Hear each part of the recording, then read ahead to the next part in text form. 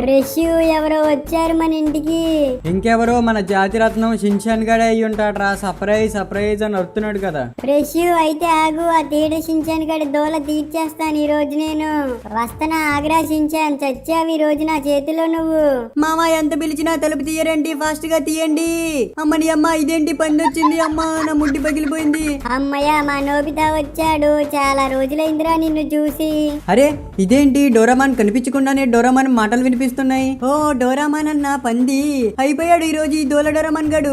ఏ పంది ఉష్ ఉష్ అటుపో అటుపో ఇటు ఇటు. ఏ ఉష్ ఉష్ హుర్రే పోపో. ఒరే షించాన్, నేను పందిలాగున్నా కానీ వదలవారా?